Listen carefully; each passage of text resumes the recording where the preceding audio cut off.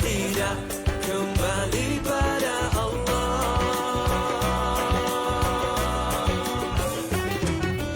Iman adalah mutiara di dalam hati manusia yang meyakini Allah Maha Esa, Maha Kuasa. Tanpamu iman bagaimanalah merasa diri hamba padanya. Tanpamu iman bagaimanalah menjadi hamba Allah yang bertakwa. Iman tak dapat diwarisi dari seorang ayah yang bertakwa. Ia tak dapat dijual beli. Ia tiada di tepian pantai. Walau apapun caranya jua, engkau mendaki gunung yang tinggi. Engkau merendas lautan api, namun tak dapat jua dimiliki jika tidak kembali pada Allah. Jika tidak kembali pada Allah. Oh iman, oh iman, oh iman, engkaulah mutiara. Oh iman, oh iman, oh iman, engkaulah mutiara. Jika tidak kembali pada Allah. Jika tidak kembali pada Allah.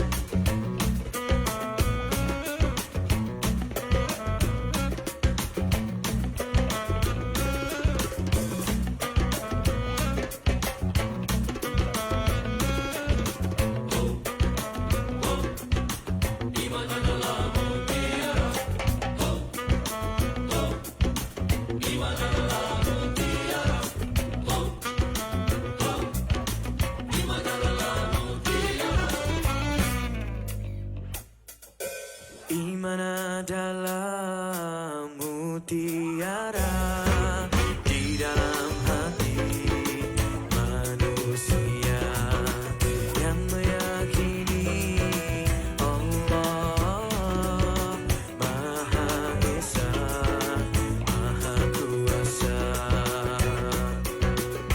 Tanpamu iman bagaimanalah merasa diri hamba padanya. Tanpa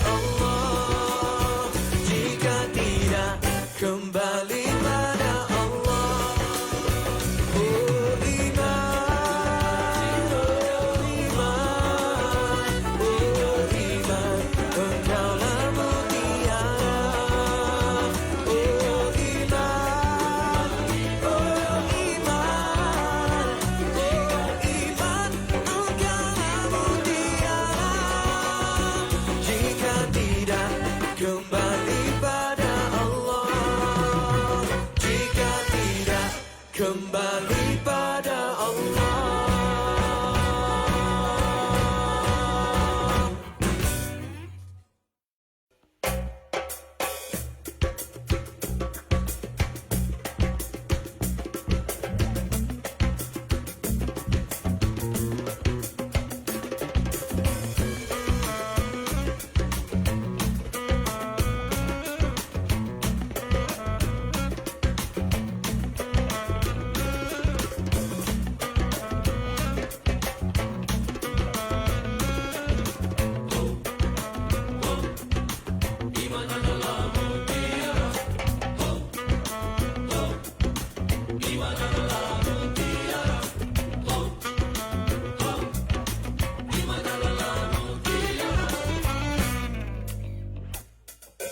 Iman adalah mutiara di dalam hati manusia yang meyakini Allah Maha Esa, Maha Kuasa.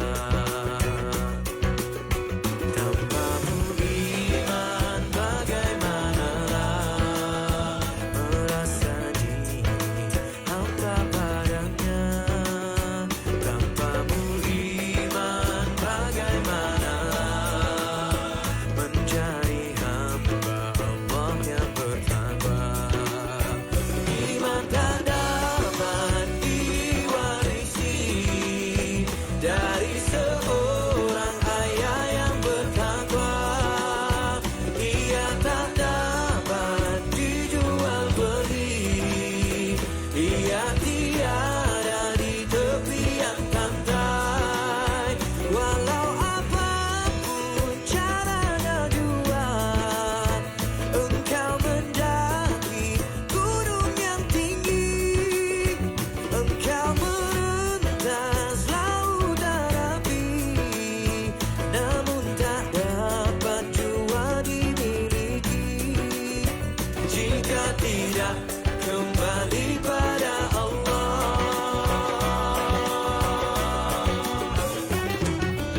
Iman adalah mutiara di dalam hati manusia yang meyakini Allah Maha Esa, Maha Kuasa. Tanpamu iman bagaimanalah merasa diri hamba padanya. Tanpamu iman bagaimanalah menjadi hamba Allah yang bertakwa.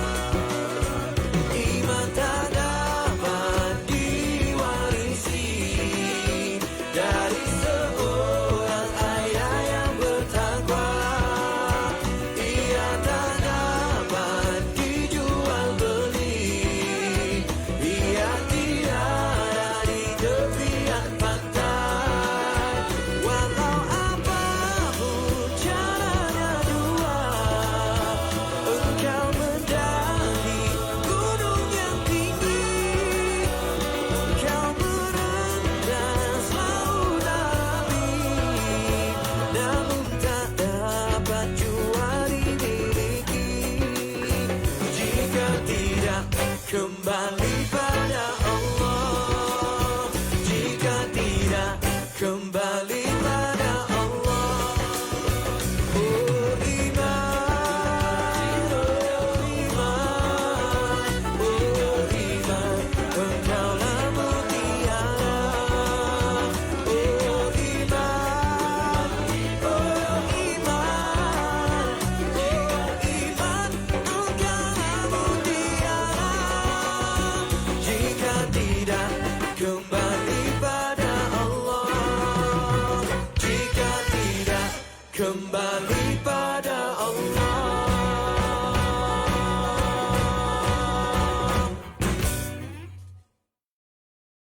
Hot FM.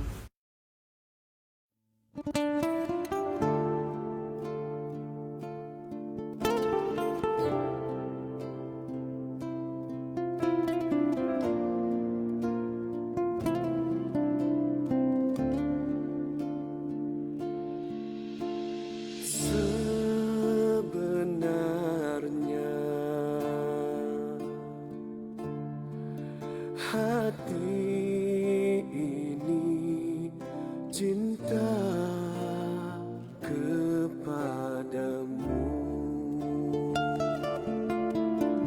Sebenarnya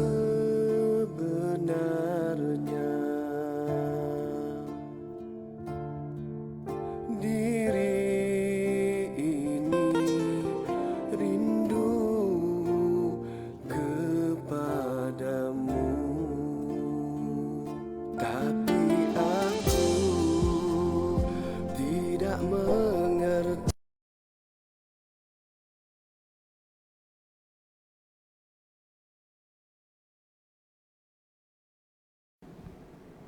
Astaghfirullahaladzim.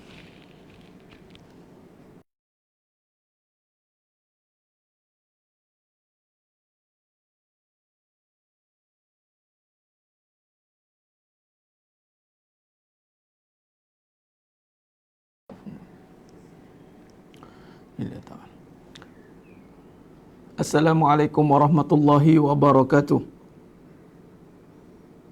Bismillahirrahmanirrahim. Innal hamdalillah nahmaduhu wa nasta'inuhu wa nastaghfiruh wa na'udzu billahi min shururi anfusina wa min sayyiati a'malina. May yahdihillahu fala mudilla lahu wa may yudlil fala hadiyalah.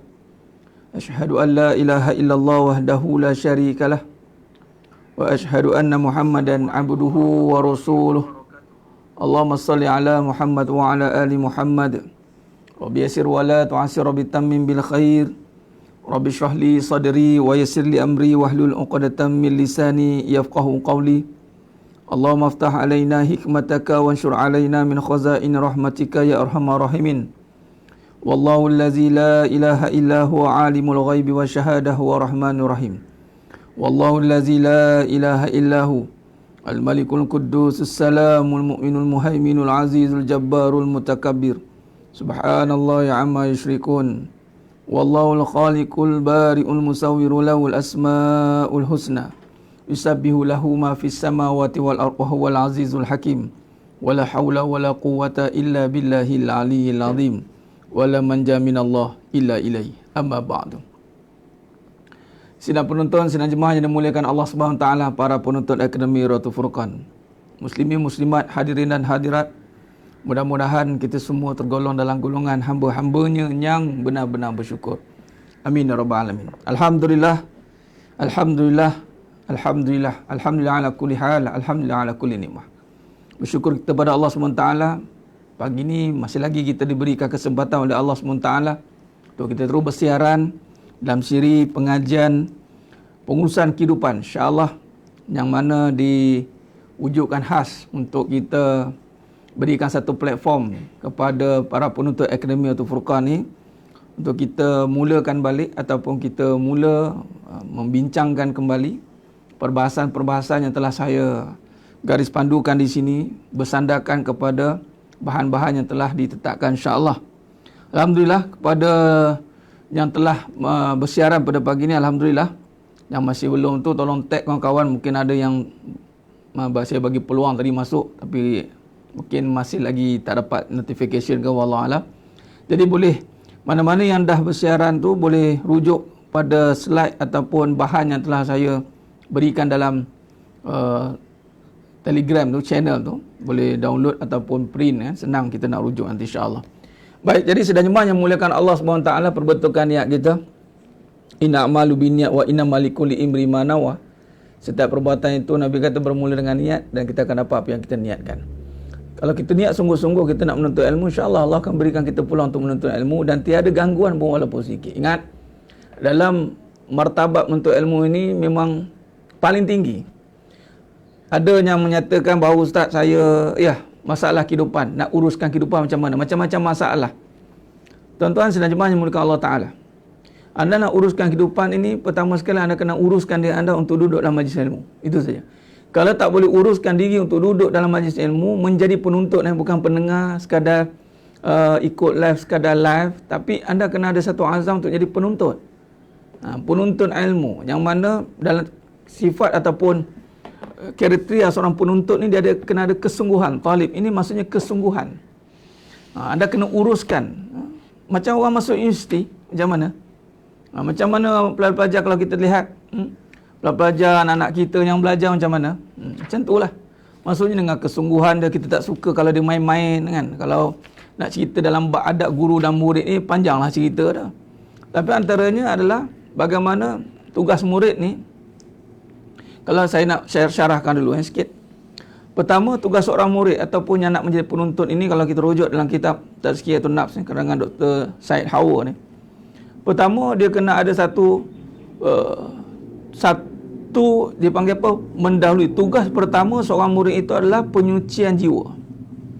Iaitu dia kena persiapkan hati dia. Sebab itu nak menuntut ilmu ni tuan-tuan, dia sebut saja menuntut ilmu, anda kena faham. Anda kena dah melalui satu fasa nak penyucian hati dah sebenarnya. Dan mananya masih ada berat hati, masih nak dengar ya tak ya, memang takkan dapatlah ilmu tu. Wallahi. Memang takkan dapat tuan-tuan. Sebab tu bila kata kita bagi satu tugas ataupun bagi satu komitmen, nak tengok hati dia ni betul-betul nak ke tak nak. Allah tengok tu. Jadi di sini tugas pertama hendaklah mendahului penyucian jiwa daripada akhlak yang hina dan sifat-sifat tercela, kerana ilmu merupakan ibadah hati. Ingat, ilmu merupakan ibadah hati. Ilmu takkan duduk dekat akhlak yang hina, yang malas. Itu akhlak yang masih serabut dengan masalah, dengan peperangan yang masih tercela. Ilmu takkan duduk. Sebab tu kita ramai pendengar tapi penuntut tak.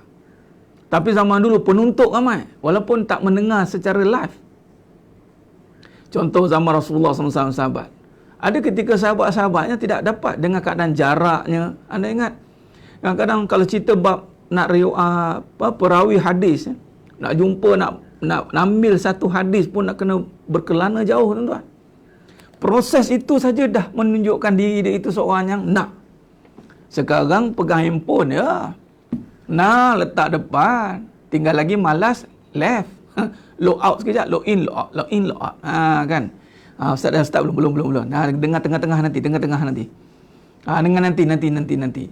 Kita saja mula semua tengok. Adanya penyucian jiwa tu menunggu. Tunggu dah tengok dia ni. Kadang satu kali saya nak buat tunggu-tunggu, saya tak live. Saya nak buat sekali. Biar tunggu. Live ditangguhkan. Tengok. Dia kena macam tu juga kadang tu. Sebab ni, mendahului tugas pertama, kata Dr. Said Hawa rahimahullah ta'ala, kata, tugas pertama seorang murid ni adalah penyucian jiwa. Sebab tu tidak heranlah guru-guru ini pendekatannya sangat, dia panggil tegas. Sebab nak tengok siapa yang betul-betul yang mempunyai kesungguhan untuk membersihkan perangai. Jiwa ni akan membentuk perangai. Jadi mendahului penyucian jiwa daripada akhlak yang hina dan sifat-sifat tercela, kerana ilmu merupakan ibadah hati. Solatnya jiwa dan pendekatan batin kepada Allah SWT. Nampak? Maknanya kata Dr. Said Hawa mengatakan ilmu ni ibadah hati, solatnya jiwa dan pendekatan batin kepada Allah SWT. Maknanya kita duk faham jasad yang kita lakukan.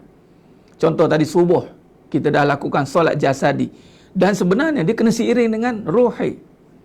Dan habis jasad, roh masih jalan. Itu dia panggil, ada yang inbox saya, Ustaz, solat daimun apa Ustaz? Solat daim. Solat diam dia panggil. Lalu sekali diam-diam tak solat. Allah pening. Dia kata solat daim, lalu sekali diam-diam tak solat.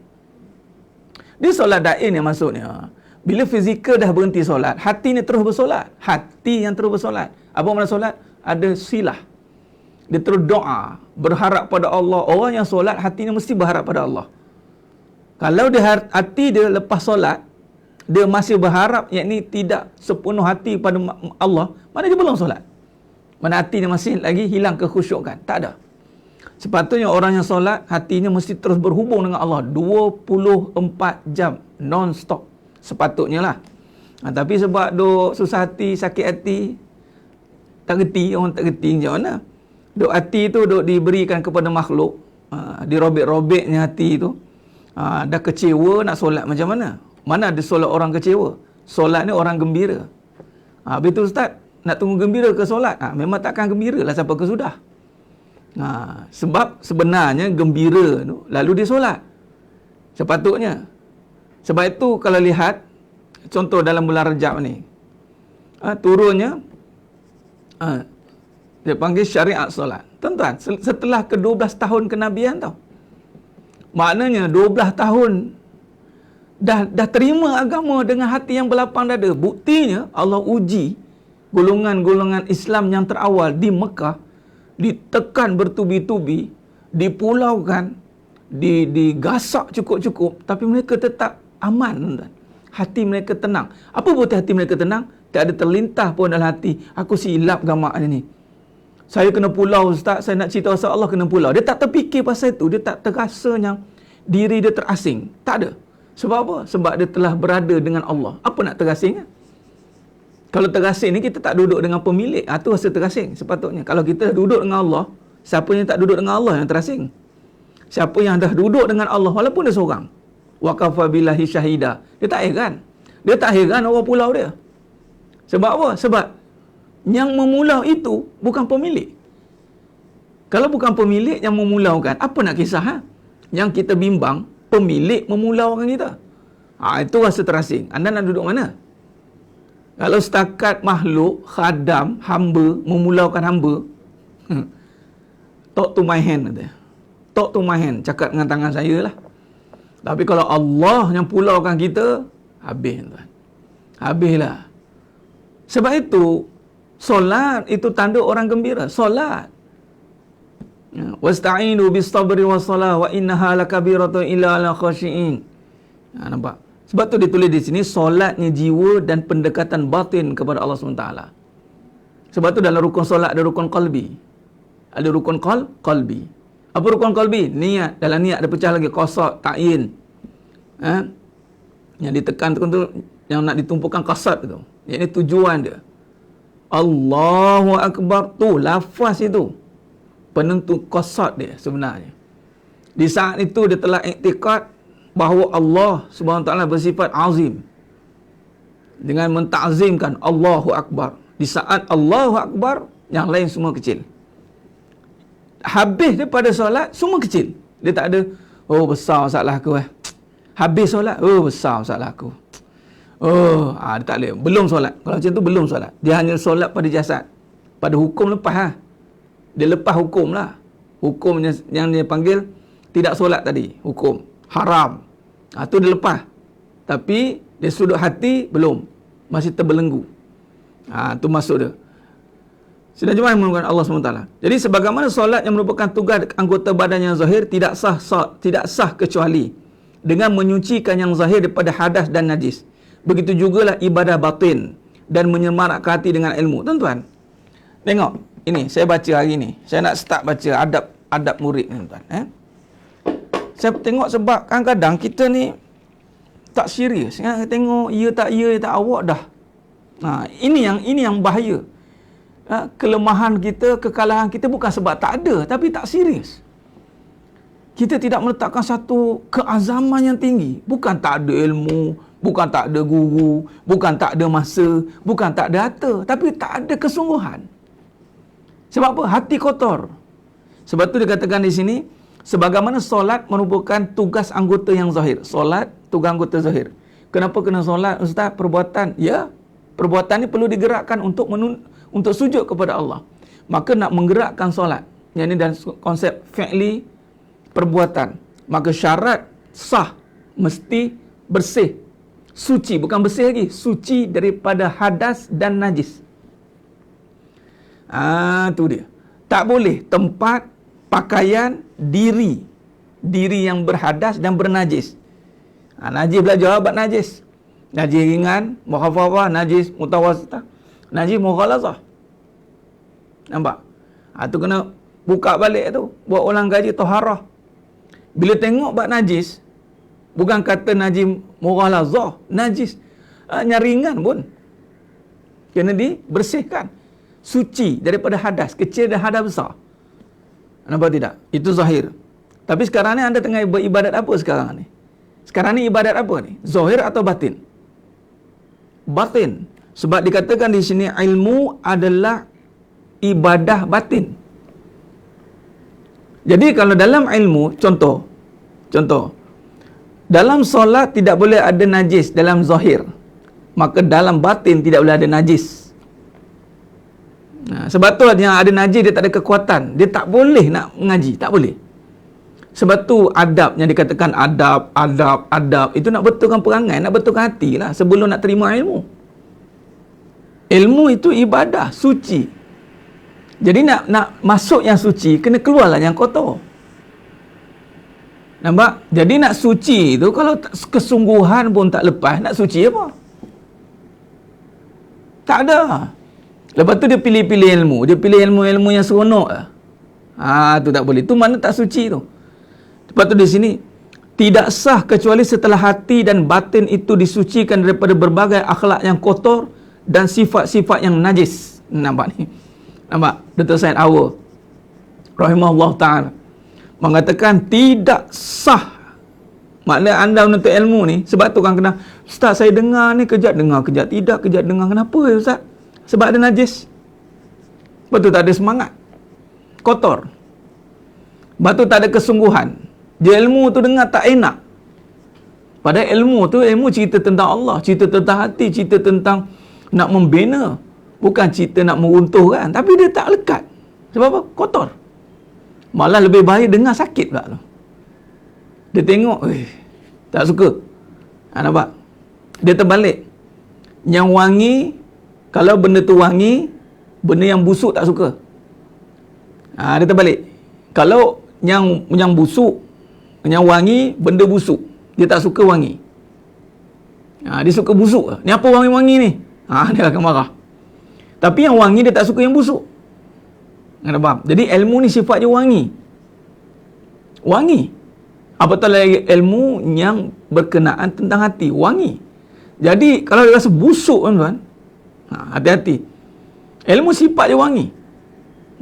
Sebab tu dalam surah Taubah ayat 28, yang bermaksud sesungguhnya orang-orang yang musyrik itu, yang ini yang mensyirikkan Allah.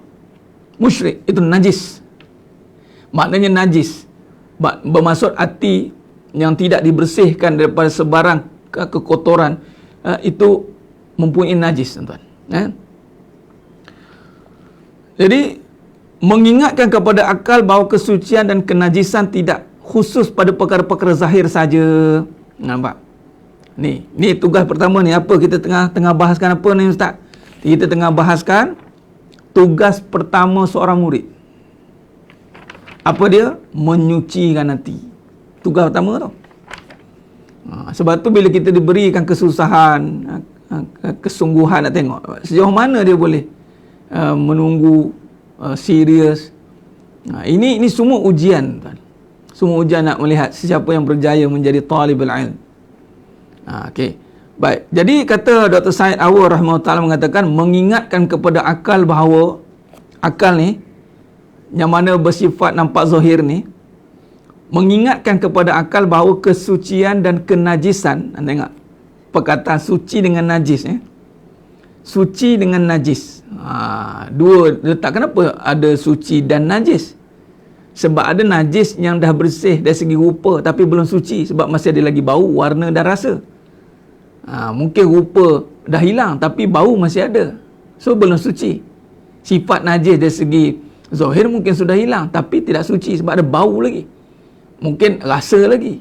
Nampak? Sebab tu kesucian.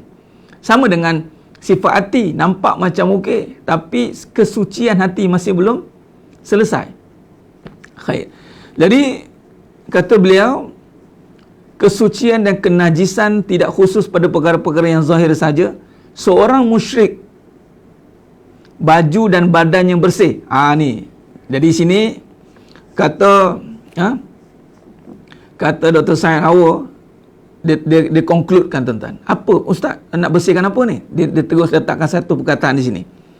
Seorang musyrik terus membersihkan daripada musyrik. Apa maksud syirik? Apa maksud musyrik? Orang yang menyekutukan Allah. Dia menyekutukan Allah ni berbalik pada kita bincang semalam, ucapan dan perbuatan yang mana secara zahir atau secara tersembunyi.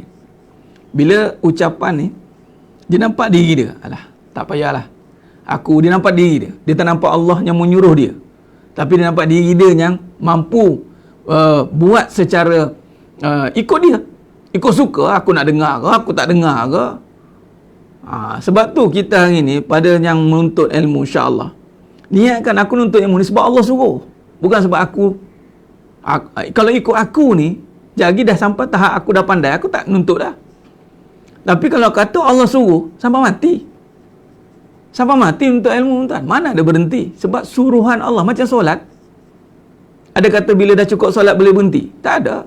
Ada kata bila dah mahir solat boleh berhenti solat. Contoh dah sampai makam khusyuk berhenti. Tu kadang jangan main-main. Ada kata saya dah sampai makam, Ustaz. Makam apa? Makam billah. Guna juga makam bar tu. Tapi kata apa? Saya tak perlu solat dah. Sebab apa? Dah sampai makam khusyuk. Mana ada berhenti? Ibadat tak berhenti macam bernafas. Mana pernah berhenti? Kalau berhenti, mati. Kalau ibadat berhenti, mati hati. Berhenti. Bukan sebab dia tak cukup ibadat. Tapi memang ibadat itu menghidupkan hati. Tak ada ibadat, mati. Macam badan, tak ada nafas, mati. Bukan sebab saya tak perlukan nafas lagi, sebab saya sangka saya dah cukup dah nafas saya. Aku berhentikan nafas, mati. Maka musyrik ni, hati-hati. Jangan buat sebab susah. Kita kaitkan dengan susah baru nak belajar. Nanti bila dah senang, seorang-seorang hilang nanti. Tengok nanti. Bila dia belajar sebab susah, bila dia dah senang, mula lihat. Sebab susah, bila susah, tak sibuk. Kan, susah. Jadi tak sibuk. Bila dia sibuk, Ustaz lagi, minta maaf Ustaz, saya tak apa. Apa yang Ustaz ajar saya ingat Ustaz. Tapi muka batang hidung tak nampak. Apa yang ingat, kalau ingat mesti kena nampak. Tak, macam solat lah. Tak apa, saya ingat Allah. Tapi panggil tak datang. Itu bukan ingat, tu lupa. Orang ingat, dia datang. Ini ada kelas ni. Ingat. Dia kelas. Nak recall balik, nak refresh balik. Dia dah tahap tidak menyekutukan. Sebab suruhan. Menuntut ilmu ni suruhan. Bukan sebab susah. Bukan sebab bergaduh dengan lelaki. Bukan sebab bergaduh dengan isteri. Bukan sebab anak buat masalah. Bukan sebab dah ada masalah kehidupan cari. Nanti bila masalah dah selesai, dah dapat suami romantik balik, isteri dah jadi lembut balik, anak dah boleh. Jadi tak payah Ustaz, saya nampak ilmu saya dah matang dah tu. Saya cukup lah. Itu kata musyrik. Seorang musyrik baju dan badannya bersih, tetapi pada hakikat ia najis. Bayangkan tu. Baju, badan nampak bersih, tapi orang yang menyekutukan Allah ni, dikata Dr. Syed Hawa rahimahullah ta'ala, hakikatnya ia najis, iaitu batinnya berlumuran dengan kekotoran. Kata najis adalah ungkapan tentang sesuatu yang harus dijauhi dan dihindari. Baik, kenapa ditarifkan juga najis? Benda najis ni siapa nak? Siapa nak najis? Ada? Saya saja nak bawa bungkus najis dua, bungkus plastik? Ada? Tak ada. Tak ada orang nak najis. Lalu digambarkan sifat orang yang musyrik ini najis. Wajib jauhi. Bukan susahlah Ustaz. Ada ke orang pegang najis? Susahlah Ustaz, saya nak lepaskan najis ni. Kejap saya pegang, kejap saya... saya tak tahulah Ustaz. Saya... aroma dia sangat mengasyikkan lah. Ada ke? Orang kalau dalam rumah tu ada najis, bangkai ke, najis apa ke, sesaat pun tak boleh duduk. Dia masuk-masuk, dia keluar balik. Apa benda dalam rumah ni? Cepat bersihkan. Malah kadang-kadang marah. Apa berbusuk ni? Tapi kita ada busuk hati, relax lah. Dalam hati ada riak, relax. Siap hirup. Memang dah saya macam ni, nak macam mana kata? Nampak tak? Kelemahan hati ni dianggap satu perkara yang biasa. Sedangkan di sini ulama kata, Dr. Syed Hawa rahimahullah mengatakan, tamsilan perbuatan dosa maksiat hati ni digambarkan najis. Sama, bersih najis, jasad najis, hati pun bersih najis. Tak usah kita bawa luaran kita nampak suci, tapi dalam hati penuh dengan kebusukan, dengan najis. Jadi konsep najis ataupun tamsilan najis ini, kata beliau, ungkapan tentang sesuatu yang harus dijauhi dan dihindari. Sifat-sifat kotor batin itulah yang harus lebih dijauhi, kerana di samping kotor, secara langsung ia juga pada akhirnya akan membinasakan. Tuan-tuan, sidang jemaah yang dimuliakan Allah Ta'ala, kenapa kita sangat tekankan dalam bab perbahasan nanti ini? Dan ini tugas utama murid, tuan-tuan. Tugas utama murid adalah untuk bersihkan hati daripada najis. Najis ni pada perangai buruk. Perangai buruk, tuan-tuan. Perangai buruk, malas duduk majlis-majlis ilmu, malas. Lepas tu rasa nampak diri dah pandai, rasa macam dah pengalaman dah banyak. Itu semua ni membawa pada najis. Kata Dr. Said Hawar rahimahullah mengatakan secara tak langsung, bukan sekadar kotor, tetapi ia boleh membinasakan.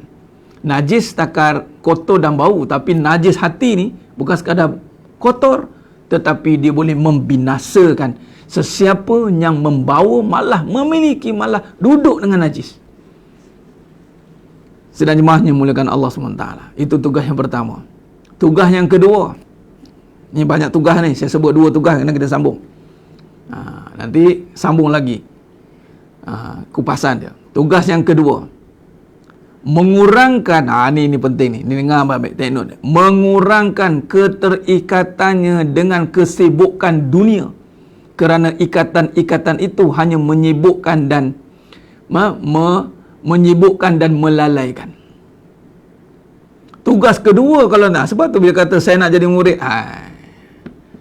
apa ciri seorang murid? Kurangkan, bukan hilangkan terus. Kurangkan keterikatan kita dengan kesibukan dunia. Kerana ikatan-ikatan itu hanya menyibukkan dan melalaikan. Nampak? Hari Ahad pukul 10 sampai 11 ataupun semalam, takkanlah 24 jam dengan ceramah, tidaklah kan? Walaupun ada favorite ustaz yang dah dimasukkan dalam favorite list, tapi takkan 24 jam, tidak kan? Tapi bagi-bagilah masa, jangan sampai tak ada masa, sampai kita nanti-nantilah. Susunlah. Benda boleh ejah. Allah bagi akal. Aku sibuk ni, kata Sayyidina Ali bin Abi Talib karamallahu wajhah, aku sibuk dunia, dunia aku jaga. Maksudnya dunia ni kita ada banyak benda, kita yang kena uruskan dia. Tapi ilmu menguruskan kita. Ataupun itu saya ibrahkan dia. Kata Sayyidina Ali bin Abi Talib karamallahu wajhah mengatakan, harta kita jaga, ilmu jaga kita. Banyak harta kita juga jaga. Tapi banyak ilmu, maksudnya banyak masa untuk ilmu jaga kita. Subhanallah.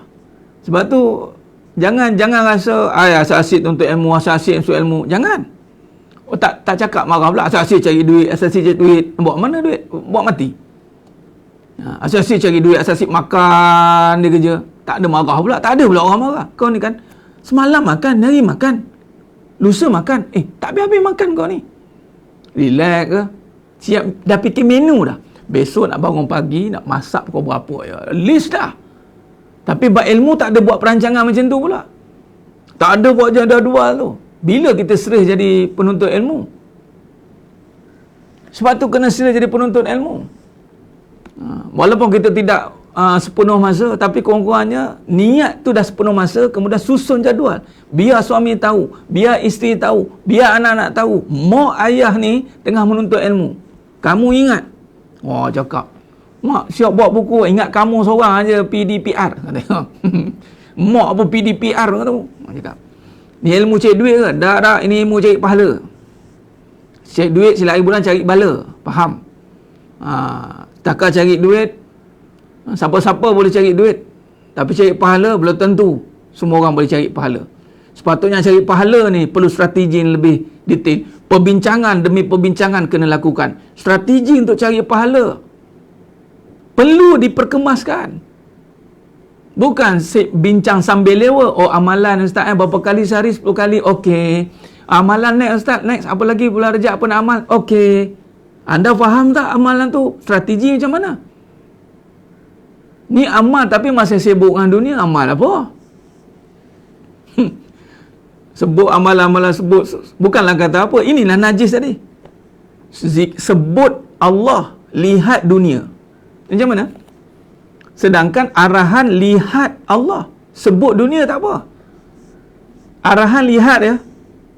Sebut dunia tak apa. Ini sebut Allah, lihat dunia. Sebut subhanallah bihamdi. Tapi Allah Maha Kaya, tuan-tuan. Sebut pun dapat pahala kan. Penyayangnya Allah Ta'ala. Cubalah kalau Allah itu tidak bersifat maha kaya, saya rasa habis kita. Syarat untuk zikir itu lihat, bukan sebut. Sebut selepas lihat sepatutnya. Sebab zikir dengan hati, zikir dengan lafaz, zikir dengan af'al. Zikir hati, zikir batin. Zikir af'al, zikir dengan amalan, perbuatan suruhan. Zikir qauli, lafzi. 3 ni kena ada. Malah 2 yang ni, af'al dengan lafzi ni akan tidak dikira kalau zikir batin tidak sempurna. Ni, zikir batin ni kalau dia bagi markah 80% major project. Faham? Tu dia. Jadi tengok, ni sibuk lah. Tahu benda dia sibuk, orang tak tahu, menyibuk dia banyak nampak je. Allahumma salli ala Muhammad wa ala ali Muhammad. Sibuk buat strategi, perancangan, meeting. Pukul 7 pagi boleh meeting nak buat cari duit. Meeting. Serius. Tak ada siapa berani kacau. Sebab apa? Duit punya pasal. Tapi bila ilmu je, jangan taksub. Nanti geli isim nanti. Kita kena tengok juga orang mengajar tu betul tak betul. Yang mengajar duit tu tak nak tengok betul tak betul. Sasah duit tu, Nabi kata fitnah. Sasah. Fitnah ni belum tentu baik, belum tentu buruk. Saya silap bohong. Tapi kebanyakannya bohong banyak. Boleh pula bagi serius. Duduk lagi serius ni. Ni buat apa ni? Buat income. Dengar. Jangan main-main. Fokus nanti. Bila bab pahala, masuk ni korang tengok. Zas keluar. Lepas tu dengar. Tak apa. Sambil lewa. Sebab apa? Sibuk dengan dunia. Siapa yang sambil lewa dengan agama, terang-terang dia sibuk dengan dunia. Anda kena ingat, sidang jemaah yang mulia Allah Ta'ala. Ini pesanan untuk diri saya juga ni. Si sibuk-sibuk kita ni, sibuk lagi Nabi SAW. Sibuk lagi sahabat Khulafa' Ar-Rasyidin. Yang mana mengurus dunia tau. Kita mengurus dunia kita je. Dunia rumah tangga pun ada tak terurus. Hara dia buat. Sahabat dunia tau. Dunia. Rom dan Parsi. Nak perang lagi. Sepanjang Nabi ada, atur peperangan. Tunggu. Allahu Akbar. Banyak kerja. Tapi jemaah pancual. Nampak? Majlis ilmu Nabi kata, ada. Allahu Akbar. Ini kita sibuk sana, sibuk sini. Ingat, tugas yang kedua, kurangkan. Bukan kata tak boleh, tapi kurangkan. Kena ada prioriti dah sekarang ni. Ini tugas kedua, saya baca rujukan kitab Tazkiyatun Nafs. Ni dalam bab ni detail dalam adab murid dan guru. Dan kata Allah SWT dalam surah Al-Ahzab ayat 4, Allah sesekali tidak menjadikan bagi seorang 2 buah hati dalam rongganya. Tak ada 2 hati. Maksudnya, jika fikiran terpecah, maka dia tidak boleh mengetahui berbagai hakikat. Maknanya dalam hati ni, qalbu dia tidak ada berbelah bagi. Nak mengaji ke, nak meniaga ke, nak mengaji ke, dia tak boleh ada 2. Dia mengaji. Habis kemudian nak meniaga contoh. Meniaga pun dia kena apply apa yang dia mengaji. Maksudnya fokus hati dia dah betul-betul lah sebati dengan sifat sebagai seorang talibul ilm. Seorang penuntut ilmu, orang yang dah menuntut ilmu, ketika dia meniaga, pasti dia membawa sifat seorang penuntut ilmu. Dia tak tinggalkan lah. Tadi dah habis kelas, tutup, sadaqallahul azim, catit-catit, tutup, salin, tutup, simpan. Tak ada. Di sini kata Dr. Said Hawar rahimahullah, jika fikiran terpecah, maka dia tidak boleh mengetahui berbagai hakikat. Oleh sebab itu dikatakan, ilmu tidak akan memberikan kepada kamu sebahagiannya sebelum kamu memberikan kepadanya seluruh jiwa kamu. Masya Allah. Jangan salahkan ilmu kalau anda mengaji anda tak faham. Tak faham lah, Ustaz mengajar tinggi sangat. Tinggi benda. Anda duduk rendah sangat. Anda duduk rendah sangat. Siapa suruh? Sebab apa? Di sini kata anda belum bagi jiwa seluruhnya. Sebab ilmu ni kata Dr. Said Awar rahimahullah, jika ilmu tidak akan memberikan kepada kamu sebahagiannya. Maksudnya ilmu ni sifatnya luas, cahaya. Sebelum kamu memberikan kepadanya seluruh jiwa kamu. Jika kamu telah memberikan seluruh jiwa kamu kepadanya, namun dia hanya memberikan sebahagiannya kepada kamu, maka berarti kamu dalam bahaya. Apa maksud dia? Maksudnya fikiran yang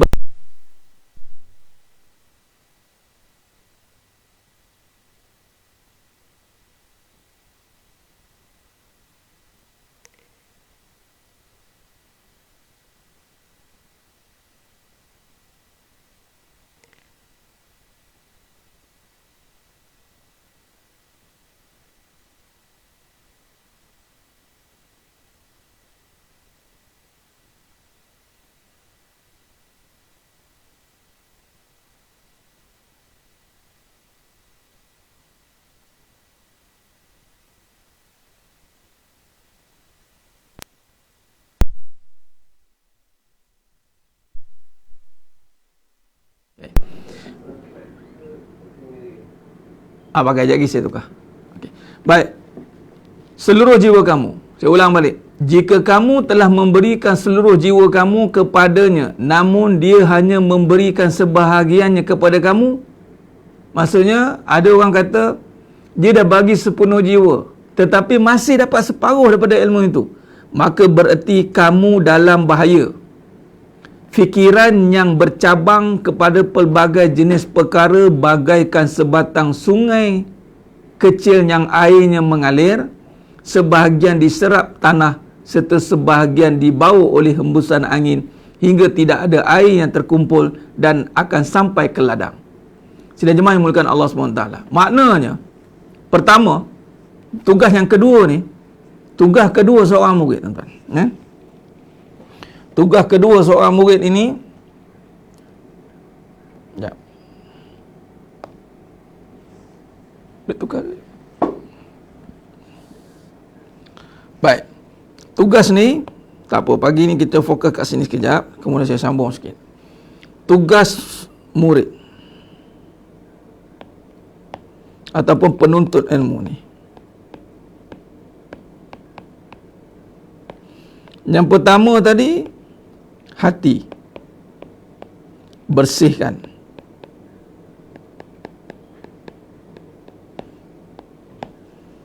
Sebab tu tak boleh ada malas tadi, kita dah syarah panjang lebar. Antaranya musyrik. Okey, yang kedua tadi adalah kurangkan, bukan kata tak boleh, tapi kurangkan keterikatan dengan kesibukan dunia.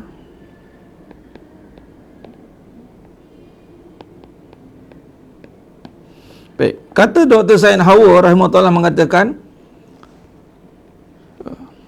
ilmu ni sifat dia, kita kena dulu mula bagi jiwa, bagi seluruh jiwa.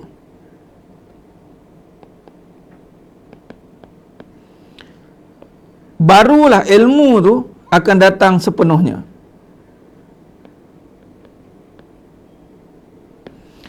Cuma kata Dr. Said Hawa rahimahullah, jika kamu dah bagi seluruh jiwa, kata Dr. Said Hawa rahimahullah, dah bagi dah Ustaz seluruh jiwa, tetapi masih dapat half, bermaksud, kata Dr. Said Hawa, fikiran kamu bercabang-cabang. Ni. Sebab tu, bila kata nak masuk dalam sebagai penuntut ilmu, fikiran bercabang ni ibarat sungai yang kecil, kata Dr. Said Hawa, dahlah kecil sungai itu, tetapi dia bercabang-cabang dia punya aliran dia.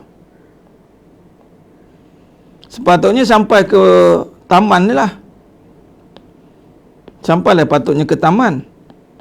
Tapi kerana aliran dia bercabang-cabang, memikirkan banyak perkara yang kerisauan tadi, dia serap ke tanah. Ni serap ke tanah ni.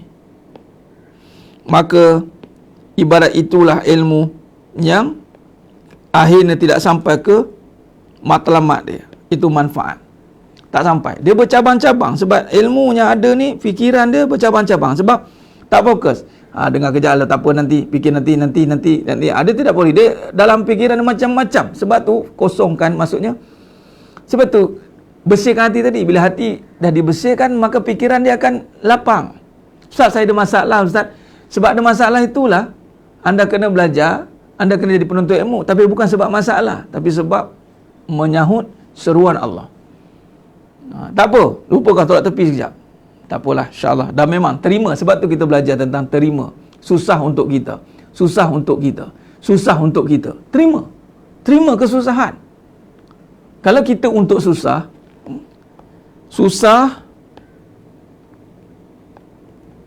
resah. Jangan bagi resah. Resah ini yang jadi masalah. Resah ni dia kena pergi kepada tenang. Susah, terima susah. Jangan fikir lagi macam mana nak selesai susah. Terima je dulu. Sekarang ni selesaikan resah dulu dengan ilmu.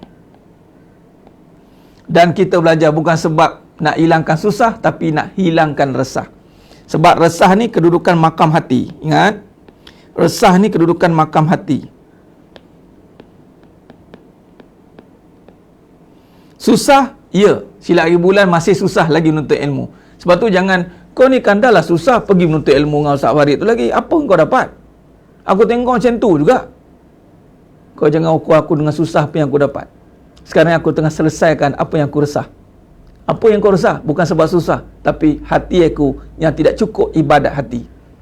Itu sebab resah. Bagaimana anda nak selesaikan susah kalau masih resah? Itu kaedah dia. Jadi, di saat anda kata anda dah bagi sepenuh hati, tapi tidak. Hati kalau dah bagi sepenuh hati, anda akan dapat sepenuh ilmu. Bermaksud, fikiran masih bercabang-cabang. Susah tadi. Ini fikiran. Kat sini duduk fikiran. Masih nak belajar, masih fikir masalah suami. Bila belajar dia terkenang. Perangai cik abang aku macam ni. Kalau dia kalau dia kan bagus. Macam mana ada? Ini awak tengah belajar ni. Tapi masih berfikir-fikir lagi ni. Dia nampak fikiran dia melalayang. Memang dia dengar macam ilmu tu, dia dengar. Tapi dia punya cabang fikir dia tu, dia nak sniper siapa lepas, ataupun terbayang-bayang siapa. Jangan, off. Aku tak nak fikir siapa dah. Ilmu ni memang untuk aku je. Dengar. Fokus. Bersihkan hati. Terima sedang apa? Anda sedang disusahkan oleh suami, terima kesusahan itu. Ada sedang disusahkan oleh isteri, terima kesusahan itu. Ada sedang disusahkan oleh duit, terima kesusahan itu. Sambil belajar, jangan fikir benda-benda tu. Sekarang ni fokus. Sebab tu jangan orang duk belajar, duk komen-komen tak apa-apa. Duk cicet, tontet. Patut tulis apa yang dipelajari. Sepatutnya. Soalan Ustaz, saya ada soalan. Simpan soalan. Sepatutnya, kalau ikutkan. Fokus kepada pembelajaran. Apa yang nak disampaikan. Kemudian soalan terlintas, catat. Sampai masa aku tanya. Sekarang aku tak nak fikir masalah ni dulu. Aku nak cerita, nak terima dulu ilmu yang ada. Itu kaedah dia, tuan-tuan. Ni ada dua konsep penerimaan ilmu ni. Hati bersih dan kurangkan keterikatan. Sebab tu bila kita tambah kelas, tuan-tuan, malam dah rapat kita bagi dah, tambah ni. Itu pun kadang-kadang Allah payah. Kalau tak nak ni macam-macam alasan. Dah bagi channel, dah bagi ni pun kadang-kadang masih lagi. Tak tahu apa benda dia sibuk tak. Sibuk dengan masalah lah, itu je lah. Padahal kita nak nyelesaikan. Dia nak selesaikan juga dengan fikiran cetek dia tu. Silakan. Masalah tak selesai, ilmu tak dapat. Dua. Susah, dia nak selesaikan dengan fikiran dia yang lemah tu. Silakan. Bila susah nak dipikirkan kesusahan itu, ilmu pun tak dapat. Sepatutnya alihkan fikiran ke ilmu. Fokus. Susah, dah selesai, kita selesaikan. Sepatutnya. Kadang-kadang orang sebab tu, kenapa tak selesai masalah? Sebab dia tidak mendapat petunjuk. Sebab dipikirkan masalah bercabang-cabang tu. Bercabang-cabang fikiran dia. Allahumma salli ala Muhammad wa ala ali Muhammad.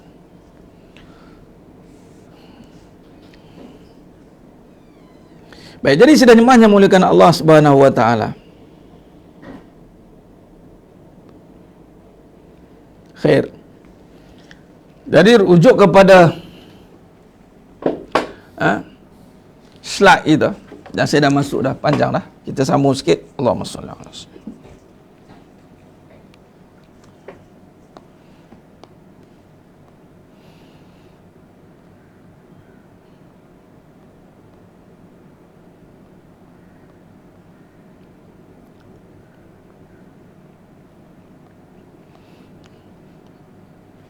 Okey. Tempoh hari saya telah sentuh tentang konsep ataupun seni bina ataupun kaedah dalam membangunkan kehidupan. Dia ada kaedah. Jangan ni cara jangan letak akal dulu. Maksud jangan letak akal ni, anda ada masalah.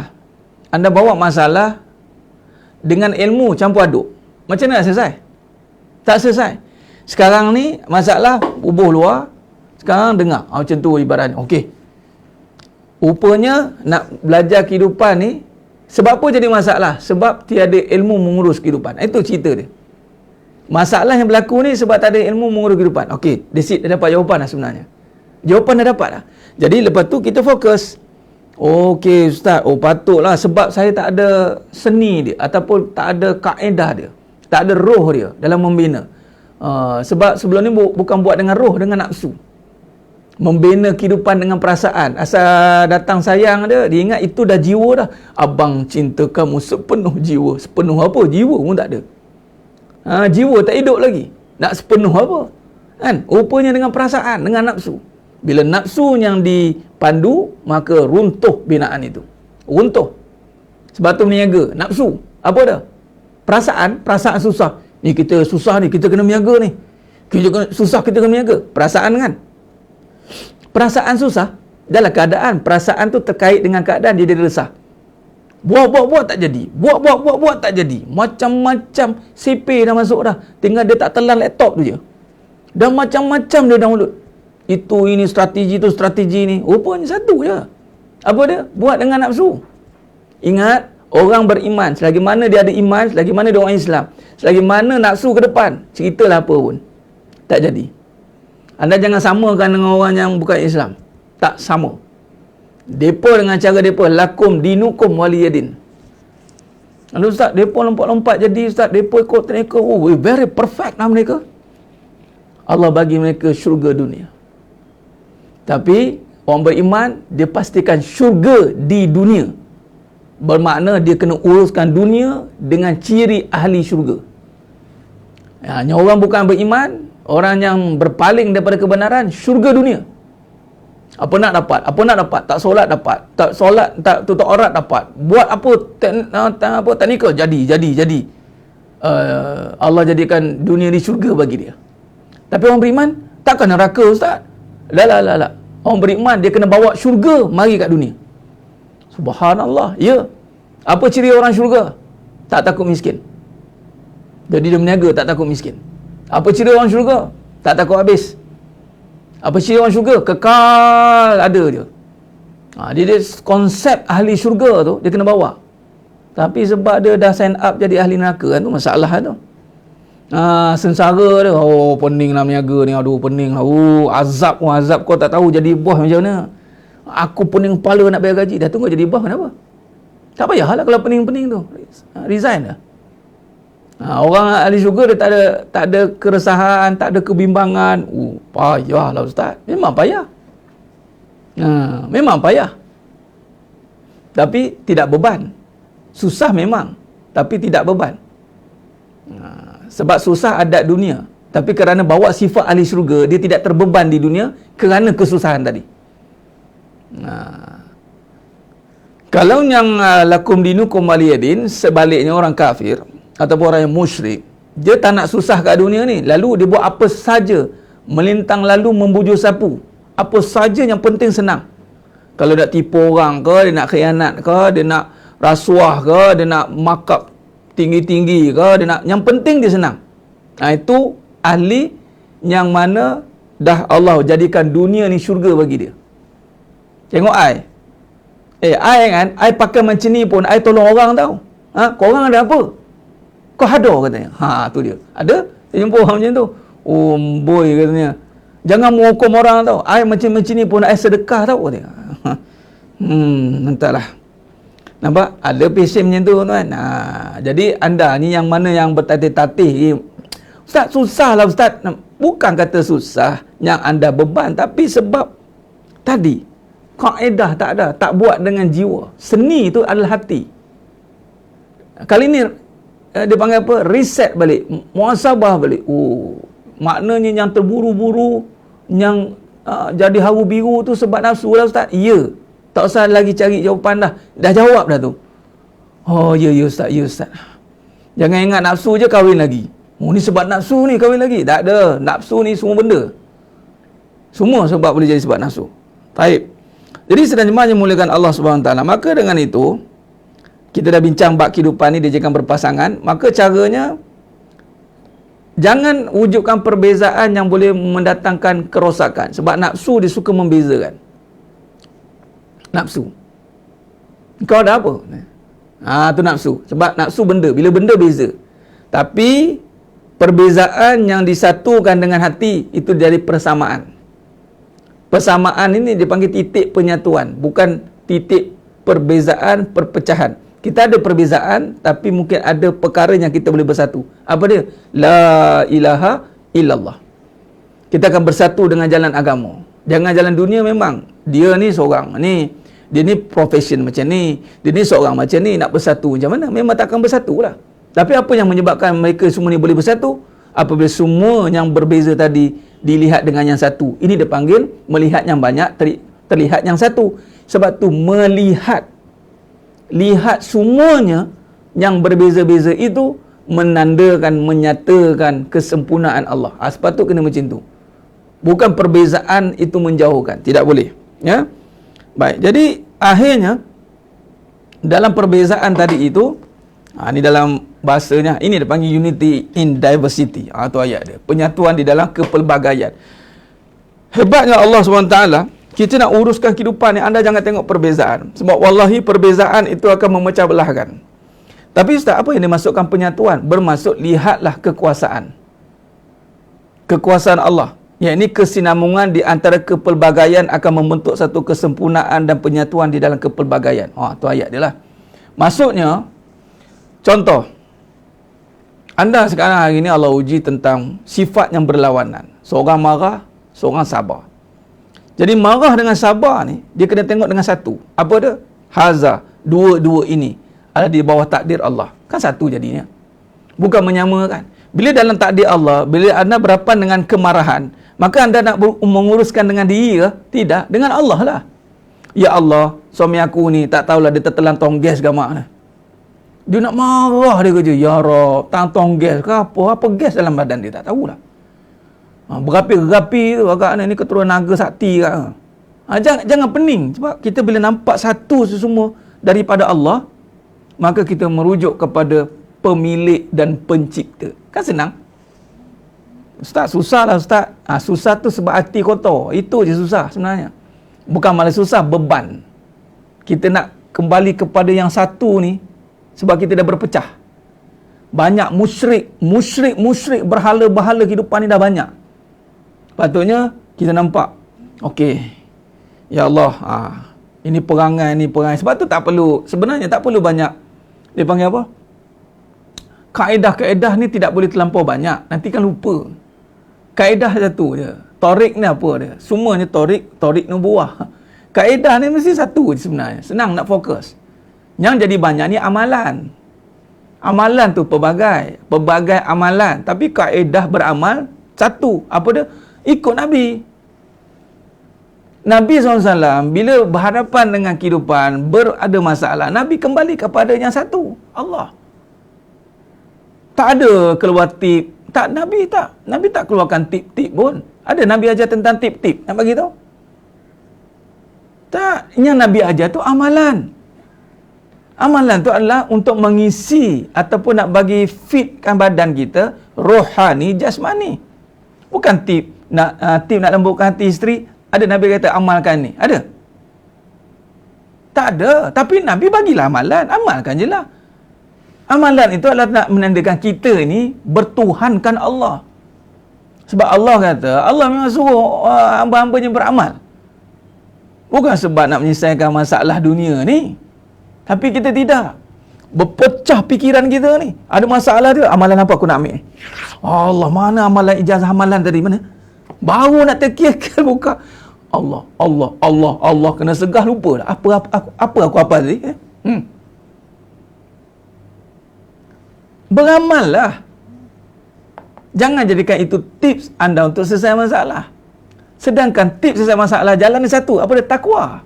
Wa may yattaqillaha yaj'al lahu makhraja. Satu je, takwa. Takwa jalan keluar. Jalan keluar dalam semua permasalah. Hebat tak?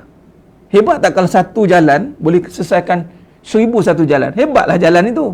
Kalau setiap masalah satu jalan, masalah ni lain, masalah ni lain, masalah ni lain. Allah, kalau ada 1001 masalah, anda nak bawa 1001 tip, larat ke hafal? Al-Quran pun tak terhafal. Jangan main. Ni wajib hafal formula ni, wajib. Siapa tak hafal dia takkan jadi. Boy, dia punya fatwa dia keluar terus. Ni tak jadi ni sebab tak ikut apa yang saya ajar ni, tak ikut tip-tip saya ni. Cuba kalau ikut tip saya ni, mesti awak boleh berjaya. Ikut tip. Tip apa? Patut kamu tak berjaya, tak ikut Nabi ni. Habis cerita. Nabi kata jangan buat macam ni, kamu buat, degil. Nabi kata cari kebenaran, kamu cari kebenaran, degil. Habis cerita.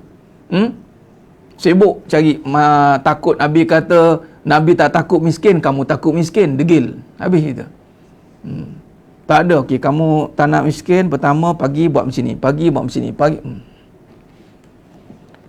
Kalau tak nak miskin, jangan takut miskin. Habis cerita. Itu je jalan dia. InsyaAllah tak miskin.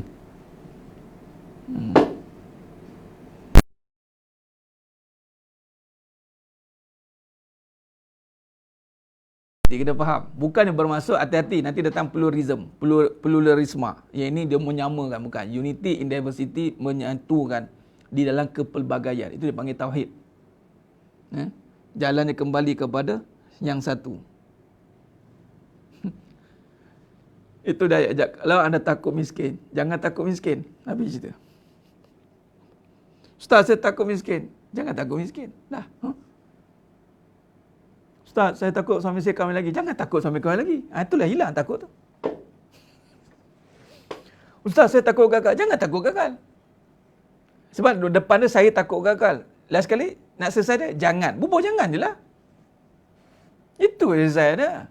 Jalan dia lah, jangan. Wala tahinu, wala tahzanu. Janganlah. Nabi kata wabak, jangan masuk tempat wabak. Jangan. Duk degil. Sebab hadis Nabi pakai kat masjid je. Tempat lain tak terpakai. Agaknya bukan umat Nabi ke mak. Jadi umat Nabi kat masjid je. Keluar masjid, tak tahu umat apa. Sebab tu dalam kubur, memang datang soalan kubur, waman Nabi yuka. Sebab ada orang jadi umat Nabi kat masjid je. Keluar masjid, lupa. Aku ni umat Nabi Muhammad SAW. Kau umat siapa? Nabi kata, jangan masuk tempat wabak. Masuk juga. Degil. Habis. Nabi habis. Tak ikut Nabi, hancur. Hancur. Tak ada istilah sikit-sikit. Sebab Nabi SAW itu utusan Allah, Rasulullah. Anda tak ikut Nabi, anda binasa. Nak ikut apa lagi? Tak ada jalan lain. Anda kena ikut Nabi SAW. Itu saja. Sebab tu dalam pengajian kita ni, ikut Nabi SAW. Ni, nampak? Soft. Sebab tu kita letakkan soft ini. Tu, tahqiq. Ni antara guru-guru saya lah. Pentahqiq modus soft. Ini ikut Nabi. Kita nak syarahkan ikut Nabi SAW. Bukannya ikut pengalaman sendiri. Tidak. Ni nampak ni. Ikut soft ni. Siapa ada nota tu boleh baca. Saya tulis konsep bermula dengan soft ini. Boleh baca. Dan semua pengajian kita semua tidak lari daripada soft ini. Tidak boleh lari. Tidak boleh tidak. Allahumma salli ala Muhammad wa ala ali Muhammad. Khair.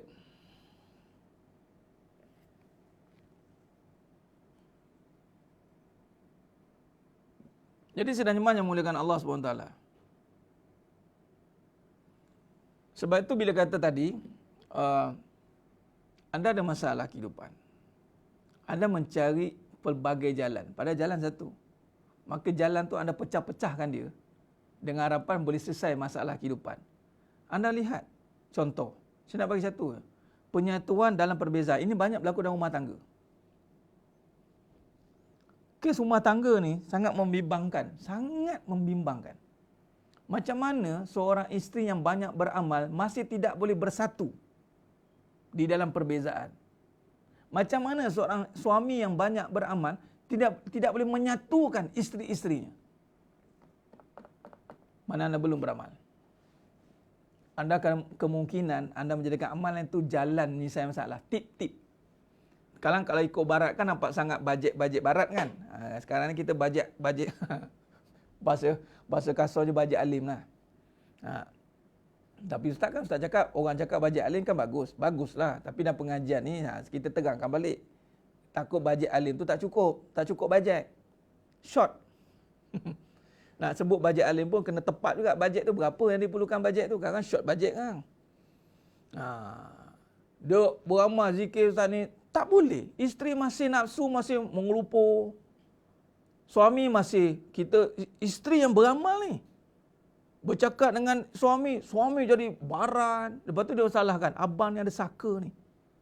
Saya cakap ni abang marah ni. Padahal dia cakap tu mengundang marah. Jadi, suami pun sama. Dia marah tu, ingatkan nak marah bagi si sedar, lala bertumbuk jadinya. Bergusti kawan dia buatnya. Allahu Akbar. Lala sekali tawar hati. Itulah kata kunci. Abang dah tawar hati cakap kamu ni. Itu diam. Pendam. Tuan-tuan, sedang jemaah bukan tanah. Ini bermakna anda masih duduk dalam perbezaan. Belum duduk dalam penyatuan. Kalau orang yang dah duduk dalam penyatuan, cuba tengok saya tulis penyatuan tu warna putih tau. Perkataan penyatuan tu warna putih. Perkataan perbezaan itu warna oren. Warna oren ni, ni kalau kaji dalam bab warna sikit lah. Bab warna sikit. Dia duduk pada perut nafsu. Kalau pergi buat siapa yang kaji biofeedback test tu pergi. Tapi bukan suruh ikut warna. Saya nak bagi tahu dalam badan ni ada warna. Tu saja. Oren ni nafsu. Nafsu pada perut. Sebab tu kalau kedai makan, kau tengok oren dia jadi macam sebab tu kedai-kedai cuba tengok hotel-hotel warna lampu warna oren, warna putih potong terus. Lampu Kalimantan pula tu. Warna putih. Allah, keluar balik. Tengok lampu-lampu kedai-kedainya hotel-hotel ataupun kedai-kedainya nak setting ala-ala yang 5 star, dia pakai downlight, warna oren, malap-malap sikit. Makin malap makin dahsyat tu. Kena light dinner, bukan malap dah, guna lilin terus. Tergaba-gaba makan tu, tapi warna oren dia tu, dia naikkan mood Ustaz, sensasi tu, naikkan nafsu sebenarnya, terang-terang dia. Perbezaan ni nafsu. Lepas tu Nabi cukup mencegah orang yang nak berbalah. Kalau nak berbincang, okey. Berbalah jangan. Bincang, okey. Saya nak tengok apa bezaan ni, kita buat hujah ilmu. It's okay. Tapi kalau nak berbalah, nak tunjuk siapa betul, hati-hati. Itu Nabi tak ngaku nanti umat. Sebab Nabi tak suka umat dia berbalah. Sebab tu nafsu. Jadi, anda belum duduk dalam penyatuan, tak bersih lah. Tak putih. Tak putih. Allahumma salli ala Muhammad wa ala ali Muhammad.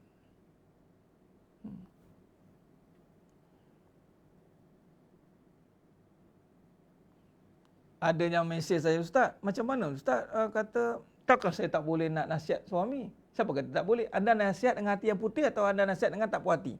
Anda jadi penasihat. Seorang penasihat, dia mesti menasihati dengan hati yang bersih, tawaduk. So, itu penasihat. Tuanku, sahibu fadilah, wahai duhai suamiku. Sahibu fadilah terus. Apa hal kamu ni? Baru belajar dengan Ustaz, suruh ikramkan suami. Ni nak belajar lah. Bubuh dia pangkat tu. Yang dimuliakan, yang merangkap kepada keredaan, yang memegang pada panji-panji kebenaran. Cakap, bubuh semua kat suami tu. Jadi, yang nak cakap, dia momen dia buat macam tu sebenarnya dah menunjukkan sebagai sifat penasihat. Sifat ad-dinun nasihah. Itulah dia nasihat. Jadi temoh nak bagi pandangan dan cadangan. Buat masa sekarang, abang ada niat nak tambah tapi mengikut kepada penelitian temoh, tambah ni akan berlangsung bila abang diberikan gini-gini. Jadi temoh bagi cadangan. Untuk abang ni, bagi ni proposal 1, proposal 2, proposal 3. Okey, ini fasa pertama, fasa kedua, fasa ketiga. Tu dia bagi nasihat. Jadi abang pilih mana. Ini jangka panjang, jangka pendek. Bukan kata, tak guna, tak mampu dengan kita pun, dengan ini pun tak boleh, dengan itu pun tak boleh. Itu perbezaan. Satukan perbezaan itu. Ini yang kita nak buat. Baik, Allahumma salli ala Muhammad wa ala ali Muhammad. Khair. Temah. Ini temah ni orang baru. Baru masuk. Baik. Jadi faktor penyatuan apa dia? Kita berhenti setakat ni. Faktor penyatuan apa melatih diri untuk melihat persamaan, maka akan berlakulah penyatuan ummah. Bila melihat persamaan, nak lihat persamaan ni dengan apa? Dengan hati yang melihat kekuasaan Allah. Itu je. Anda takkan mampu melihat persamaan selagi mana melihat dengan kebenaran. Anda takkan mampu melihat persamaan selagi mana melihat dengan kenapsuan. Takkan boleh. Jadi nak melihat dengan kekuasaan ni berbalik kepada konsep pembangunan jiwa itu. InsyaAllah nanti kita sambung lagi perbincangan kita dalam perbahasan ni. Allahumma salli ala Muhammad wa ala ali Muhammad. Khair. Saya kira cukup setakat tu dulu. Temah nombor berapa? Temah nombor 3 lah. Pertama jemah, kedua jijah, ketiga temah. Nombor 4 tengok. Dia tengah tengok lain lagi. Allahumma salli ala Muhammad wa ala ali Muhammad. Khair. Tuan-tuan, sidang jemaah dimulakan Allah Taala, ilmu yang ada fahamkan, kemudian sampaikan. Sampaikan mana yang faham. InsyaAllah. Jangan tunggu nak faham semua baru sampai. Mana yang faham, sampai. Faham, sampai. Ada kaedah untuk faham, itu adalah dengan sampaikan. InsyaAllah Allah akan berikan kefahaman. Baik, sampaikan dengan siapa? Kalau dengan isteri, sampaikan dengan anak-anak.